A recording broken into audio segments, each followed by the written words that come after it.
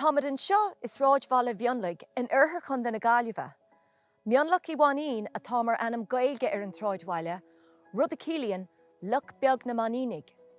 Is féidir le muintir Mhainnín a nanam a rinú go Mhionlaigh mac Flanara, ri de winter soam sa dehu híis a bhí is shellah riocht mhór in Oirthear na Gaillimhe sa lá atá an, le linn na tréimhse lua bhaineann.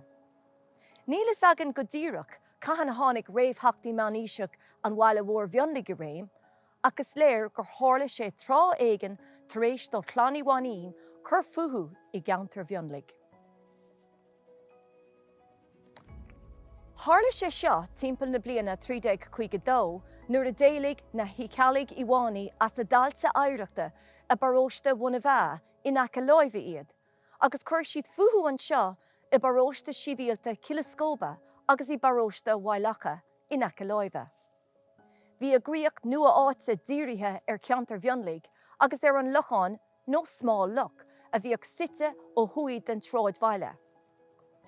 Thuaidh sé faoin anam oidhreachtaí Mhainnín, the patrimony or lordship of the Mhaineanns, go déanach na meánaoiseanna agus go lua sa nua-aois.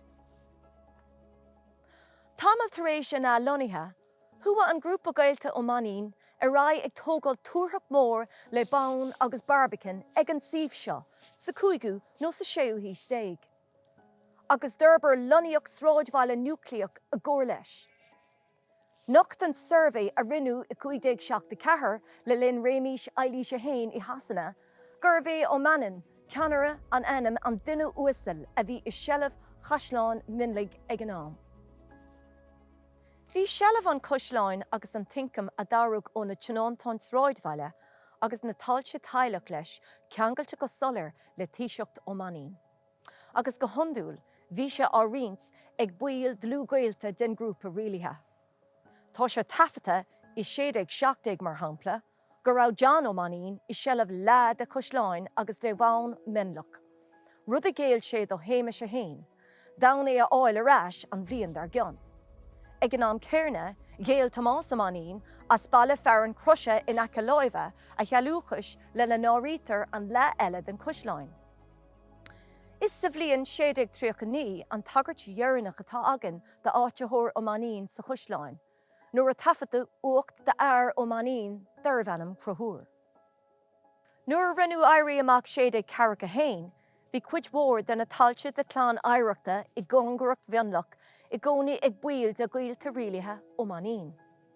Bhí sé seo in ainneoin gur tháinig athrú ar úinéireacht cuid mhór dá réadmhaoin traidisiúnta tar éis cogadh na 9 bliana 1594 go 1903, agus go raibh sé an sin ag teaghlach ceannaithe Francatha na Gaillimhe don cuid is mó. Cailleadh an cuid eile de hailte na Dlán le linn cogistú crumal san na 1950, le tuairisc níos déanaí ag maomh go raibh Caisleán Mhionlach Uí Mhainnín díchomáilte ag arm na Parlamente ag an am. Cosúil le go leor tithí túir eile, is cinnte go mbeadh Caisleán Mhionlach trécha tar éis réimhse crumal. Agus le himach dama bheadh sé imi i léig. Bhfuil tintriach an méid a bhí fácaí den Caisleán go luas sa nniu híos déag, agus tugadh forfrach briste ar ina dhíth sin. Deir an traidisiún áitiúil gur úsáidú clocha ón Caisleán ina dhíth sin chun an séipéal Caitleach rómhánach a thógáil i leor an traidbhaile.